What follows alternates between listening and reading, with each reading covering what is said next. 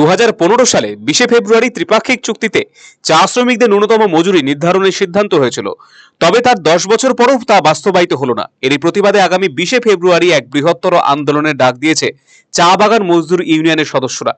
আজ শিলিগুড়ি জার্নালিস্ট ক্লাবে এই বিষয়ে সাংবাদিক বৈঠকের আয়োজন করেন তারা। সেখানে উপস্থিত ছিলেন অভিজিৎ রায়, অভিজিৎ মজুমদার, সুমিত চক্রবর্তী, শঙ্কর পাল সহ অন্যান্যরা। জানা গেছে 2015 সালে 2 বছর মেয়াদী মিনিমাম ওয়েস্ট অ্যাডভাইজারি কমিটি গঠন করা হলেও 1 দশক কেটে গেলেও সেই চূড়ান্ত এখনো সিদ্ধান্ত নেওয়া হয়নি।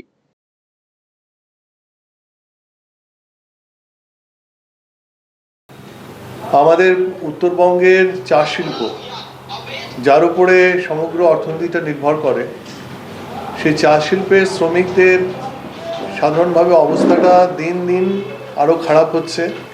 একটা বড় সংখ্যাতে অভিবাসন হচ্ছে, মাইগ্রেশন হচ্ছে, আউট মাইগ্রেশনের সীমা সংখ্যা নেই। এবং চা বাগান শিল্পে মালিকেরা ত্রাহি ত্রাহি করে চিৎকার শুরু করেছেন যে না, এখানে একটা সংকট আছে। কিন্তু আসল কথা কি, আমরা যে বিষয়ে খুব সুস্পষ্টভাবে বলতে চাই সেটা হলো যে আজকে 19শে ফেব্রুয়ারি, আগামীকাল 20শে ফেব্রুয়ারি। আপনাদের মনে আছে যে 10 বছর আগে 20শে ফেব্রুয়ারিতে উত্তরকন্যায় একটা ত্রিপাক্ষিক বৈঠক হয়েছিল। অনেক আন্দোলনের পরে, দীর্ঘ আন্দোলন সেটা চলেছে। সমস্ত রকম গণতান্ত্রিক আন্দোলনে যা রীতি পদ্ধতি থাকে, শ্রমিকেরা, উত্তরবঙ্গের শ্রমিক, লড়াই ডুয়ার্স এবং পাহাড়ের শ্রমিকেরা একত্রিতভাবে জয়েন্ট ফোরামের ব্যানারের নিচে সে আন্দোলন চালিয়েছে। তারপরে সরকার বাধ্য হয়েছিল একটা ত্রিপাক্ষিক বৈঠক করে একটা সিদ্ধান্ত নিতে, একটা চুক্তি স্বাক্ষরিত হয়েছিল।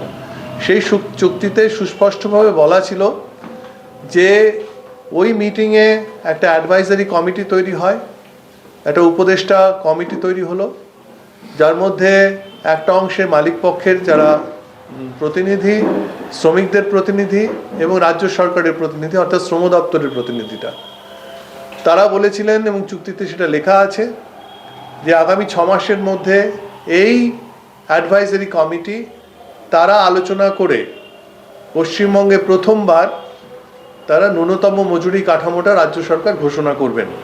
এই প্রতিশ্রুতি শুধু নয়, এটা লিখিতভাবে একটা ত্রিপাক্ষিক চুক্তির মধ্যে ছিল।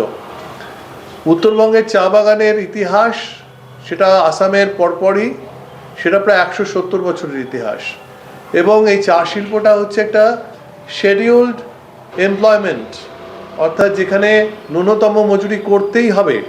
এবং স্বাধীনতার পরবর্তী এতগুলো 75 বছরের বেশি সময় হয়ে গেছে, তার মধ্যে কিন্তু একটি মাত্র ক্ষেত্রে, যে ক্ষেত্রে রেলওয়ের পরে সবচেয়ে বেশি সংখ্যায় শ্রমিকেরা কাজ করেন, সেখানে আজ অবধি কোনো ন্যূনতম মজুরি কাঠামো সেটা ঘোষিত হলো না। তো এই 10 বছর চলে গেল।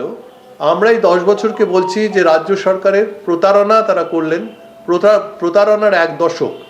এবং এই প্রতারণার 1 দশককে আমরা প্রতিবাদ হিসেবে আগামীকাল তরাই ডুয়ার্স এবং পাহাড়ের বাগানগুলিতে আমরা প্রতিবাদ দিবস পালন করব।